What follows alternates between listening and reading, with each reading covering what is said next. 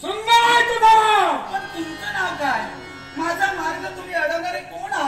माझं नाव मी कुणी सामान्य नव्हे.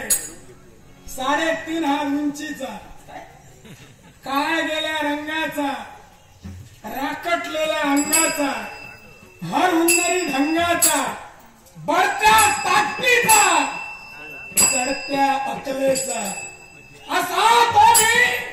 हा तुमचा परिचय झाला, यात नाव आलं नाही. मी तुम्हाला नाव विचारलं तुमचं. याच्यात मी बोललो त्याच्यात माझं नाव आलं नाही. अहो नाव आलंच नाही. अरे असा तो मी हुंड पुत्र विहुंड म्हणतात मला. असू दे, नाव चांगलं आहे. तुमची माझी ओळखी झाली, आता मला जायला हवं. का थांबिता? मोहिनी, अगं तुझ्यासारखं सुंदर रत्न मी माझ्या जीवनात केव्हा पाहिलं नाही. प्रथमतच पाहिला. प्रथमताच पाहतोय. आणि म्हणून झालं पाहू. जे पाहण्यासारखं असतं त्याच्या सौंदर्याचा गुणागार गायला जाऊ.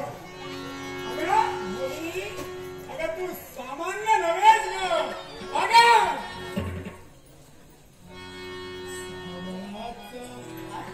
रंग तुझा रंग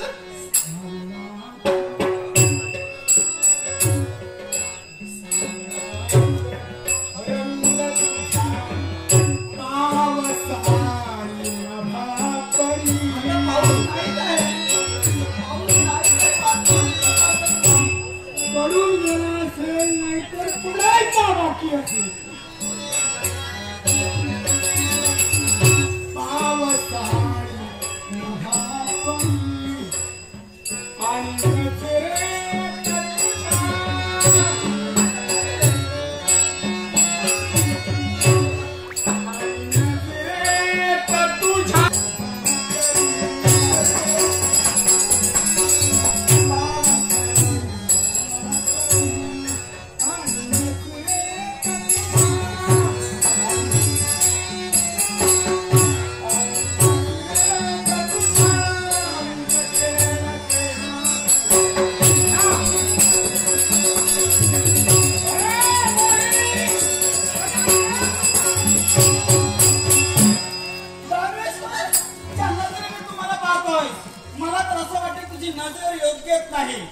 कारण तू म्हणतो तू सावळ्या रंगाची, पण मी सावळ्या रंगाची मुली नाहीच आहे.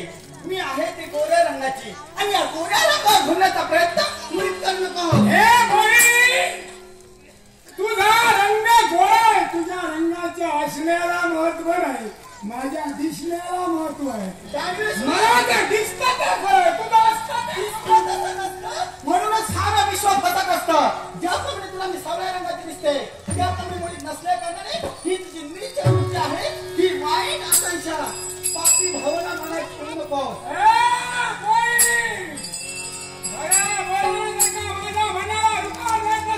काय करशील?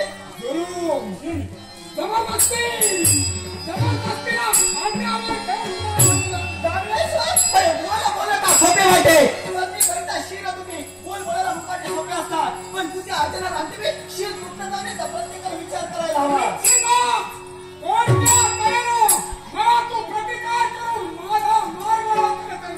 स्वतःचं रक्षण करण्याची हिंमत त्या मुलीच्या अंगात असल्या कारणाने त्या रक्ताचा फेम असे म्हणतात ही नीच कृती मानून मानत आहे.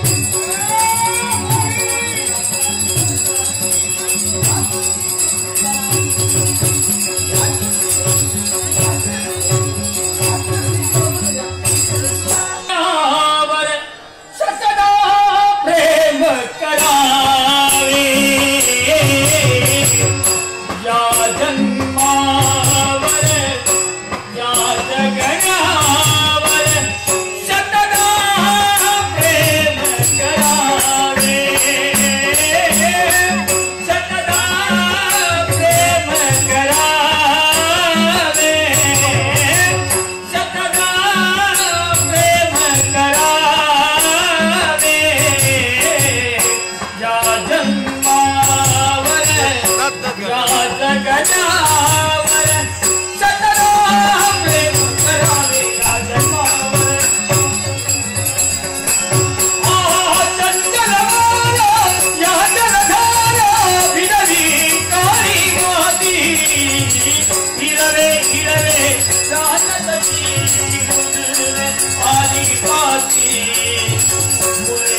जरी बघून फुलांचे हळवे ओझर मरावे या जन्मावर या जगण्यावर चंद्र फिरवावे